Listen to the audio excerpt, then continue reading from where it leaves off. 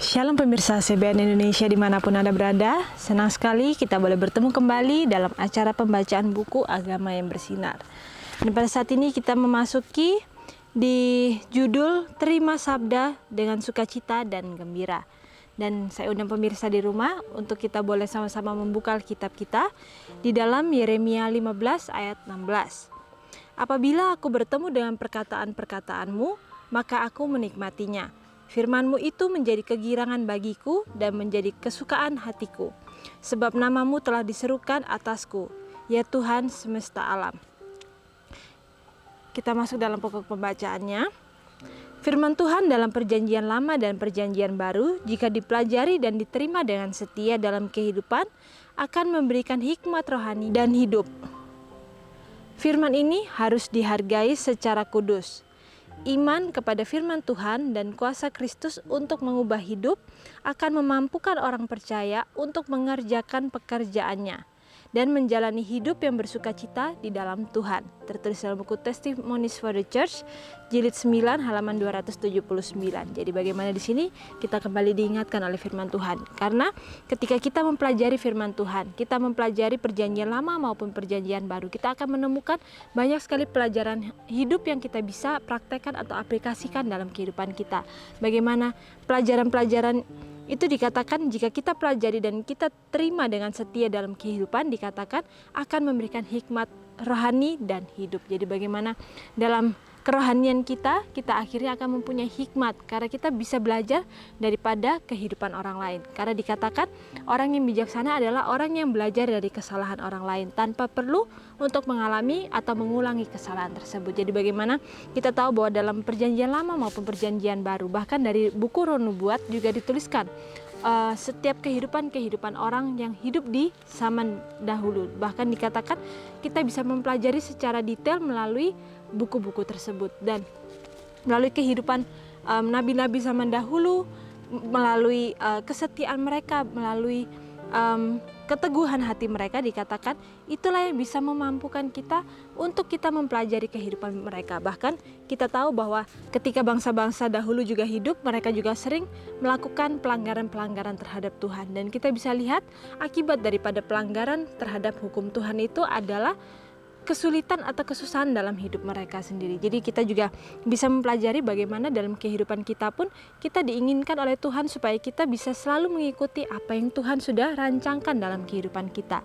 Karena kita tahu bahwa kehidupan mengikuti Tuhan itu, kita menyerahkan seluruhnya kepada Tuhan itu akan jauh lebih mudah daripada ketika kita mengikuti pilihan-pilihan hati kita sendiri atau jalan-jalan kita sendiri.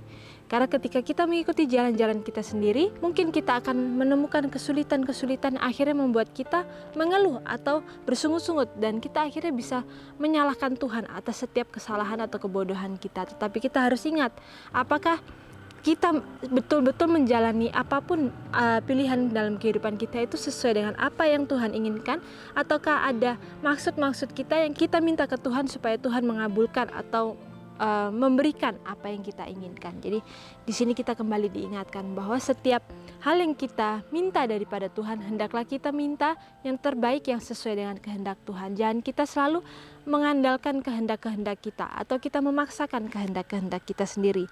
Dan di sini dikatakan juga iman kepada firman Tuhan dan kuasa Kristus untuk mengubah hidup akan memampukan orang percaya untuk mengerjakan pekerjaannya. Jadi bagaimana dikatakan hanya iman kepada Kristuslah dikatakan yang mampu untuk mengubahkan hidup, memampukan orang untuk percaya mengerjakan pekerjaannya. Jadi bagaimana ketika kita tidak mempunyai iman, ketika kita tidak mau untuk mengalami iman tersebut dalam kehidupan kita, maka kita tidak akan mampu untuk menjalankan pekerjaan Tuhan itu. Kita tahu bahwa setiap pekerjaan Tuhan itu membutuhkan iman sepenuhnya kepada Dia. Karena di saat itulah kita tidak mengandalkan kekuatan kita, tapi kita hanya mengandalkan Dia untuk ada dalam kehidupan kita.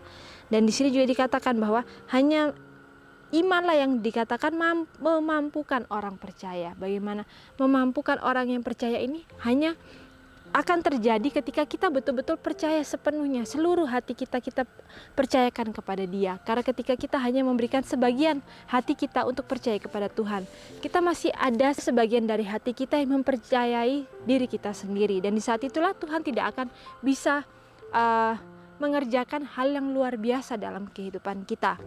Lalu di sini juga dikatakan bahwa kehidupan di mana takut akan Tuhan didambakan tidaklah akan menjadi kehidupan yang sedih dan suram. Jadi bagaimana di sini dikatakan dengan jelas bahwa kehidupan di mana takut akan Tuhan itu tidaklah akan menjadi kehidupan yang menyedihkan atau suram. Karena kita tahu bahwa kehidupan ketika kita berjalan bersama dengan Tuhan, itulah yang akan membuat kita betul-betul merasakan sukacita yang luar biasa.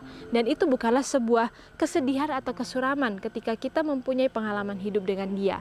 Tetapi ketika kita mempunyai kehidupan yang sedih, suram, kita harus bertanya dalam diri kita, apakah kita benar-benar menjalankan pekerjaannya ataukah kita menjalankan pekerjaan kita sendiri.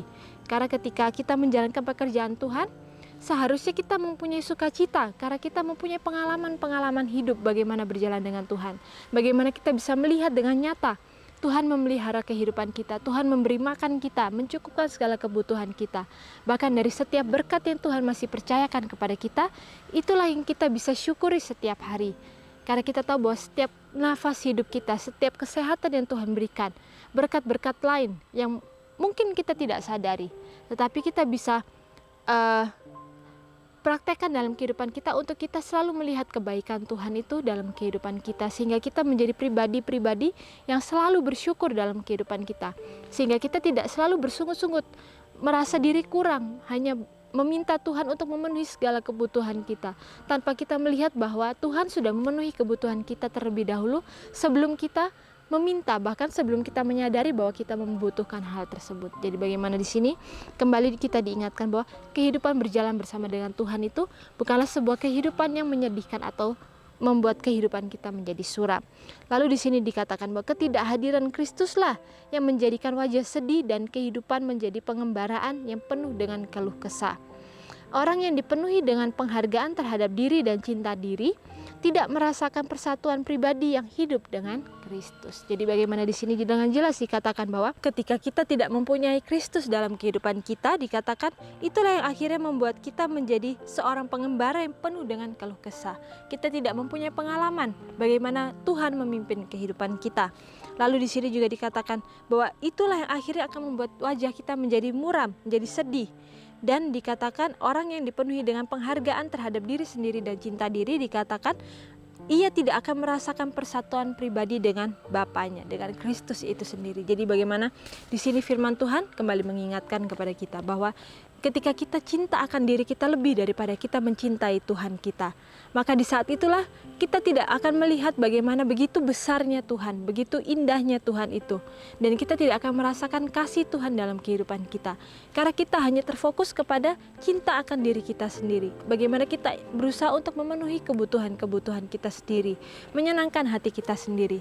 Tetapi ketika kita berusaha untuk menyenangkan diri kita sendiri dengan hal-hal yang bersifat duniawi, kita harus sadari bahwa setiap hal yang kita dapatkan itu tidak akan berlangsung lama memberikan kebahagiaan kepada kita. Tetapi itu hanya akan memberikan kebahagiaan yang semu, yang sebentar saja akan kita lupakan, atau kita akan bosan lalu kita akan mencari sumber-sumber kebahagiaan yang lain. Yang tentu saja itu tidak akan membuat kita mempunyai kebahagiaan yang sejati yang akhirnya bisa kita rasakan sepanjang hidup kita.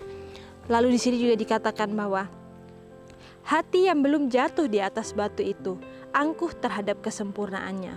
Orang menginginkan agama yang terhormat. Mereka ingin berjalan pada jalan yang cukup lebar untuk membawa serta sifat-sifatnya sendiri. Jadi bagaimana di sini dikatakan bahwa hati yang belum jatuh di atas batu karang itu, di atas Tuhan kita itu, dikatakan itu adalah hati yang angkuh terhadap kesempurnaannya. Jadi bagaimana di sini diingatkan kembali kepada kita bahwa ketika kita merasa diri kita cukup, ketika kita tidak merasakan memerlukan juru selamat itu dalam kehidupan kita, maka itulah yang dikatakan kita mempunyai hati yang angkuh, yang merasakan kesempurnaan terhadap diri kita. Padahal kita tahu bahwa Alkitab sendiri mengatakan bahwa diri kita ini adalah miskin, buta, dan telanjang. Tetapi kita merasa bahwa diri kita ini adalah baik-baik saja. Lalu di sini juga dikatakan bahwa kita menginginkan untuk berada dalam jalan yang cukup lebar untuk membawa sifat-sifat diri kita sendiri. Tetapi kita lupa bahwa kita diingatkan oleh firman Tuhan bahwa jalan ketika mengikuti Kristus itu seringkali jalan itu adalah jalan yang sempit sehingga tidak banyak orang yang mau untuk datang ke sana. Mungkin kita melihat itu adalah sebuah kesusahan, tetapi kita harus ingat bahwa jalan yang kita rasa itu adalah sempit, tetapi ketika kita berjalan bersama dengan Dia, itu adalah sebuah jalan keselamatan. Tetapi ketika kita melihat dengan mata jasmani kita bahwa jalan itu adalah jalan yang lebar yang justru mengenakan untuk kita lalui, itu adalah jalan menuju kebinasaan. Lalu di sini juga dikatakan bahwa cinta dirinya, cinta kepada kepopuleran dan gila pujian mengeluarkan juru selamat dari hati mereka, dan tanpa Dia ada kemuraman dan kesedihan. Tetapi Kristus yang tinggal di dalam jiwa adalah satu sumber kesukaan. Bagi semua orang yang menerima Dia, kunci inti dari firman Tuhan menyukakan hati. Tertulis dalam buku Seri Membina jilid 5 halaman 120. Jadi bagaimana di sini dikatakan bahwa cinta akan diri, cinta akan kepopuleran, dan kegilaan akan pujian atau haus akan pujian. Itulah yang dunia tawarkan pada saat ini. Kita diminta oleh dunia supaya kita bisa memperbaiki diri kita. Kita menjadi orang-orang yang nomor satu di dunia ini supaya kita mendapatkan pujian-pujian itu. Dan pujian-pujian inilah yang akhirnya membuat kita haus. Kita menginginkan lebih lagi dan lebih lagi pujian itu.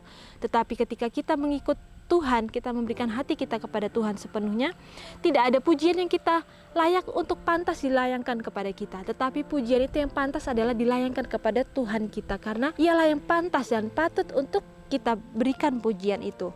Lalu di sini juga dikatakan bahwa tetapi Kristus yang tinggal di dalam jiwa adalah suatu sumber kesukaan. Jadi bagaimana ketika Kristus sudah tinggal dalam jiwa kita, dalam hati kita, pikiran kita, itu adalah sumber kesukaan. Dan ketika kita benar-benar mengenal kasih-Nya, mengenal karakternya secara pribadi, itulah yang akhirnya akan memperbaiki diri kita. Dan di sini juga dikatakan bahwa bagi semua orang yang mau menerima Dia, kunci inti daripada firman Tuhan adalah menyukakan hati. Jadi bagaimana ketika kita mau menerima Dia dengan sepenuhnya, kita mau memberikan hati kita kepada Dia, dan bagaimana kita membiarkan Tuhan untuk pegang kendali dalam kehidupan kita. Itulah yang akhirnya akan membuat kita mempunyai suatu sukacita yang benar-benar seutuhnya daripada Tuhan itu sendiri. Dan ketika kita menjalani kehidupan kita akan merasakan bagaimana tuntunan Tuhan itu selalu ada dalam kehidupan kita. Mungkin kita seringkali merasa bahwa Tuhan itu jauh daripada kita, karena kita tidak melihat Tuhan itu secara langsung. Tetapi ketika kita mempunyai hubungan yang dekat dengan Dia, kita akan melihat Dia meskipun kita tidak akan melihat secara langsung.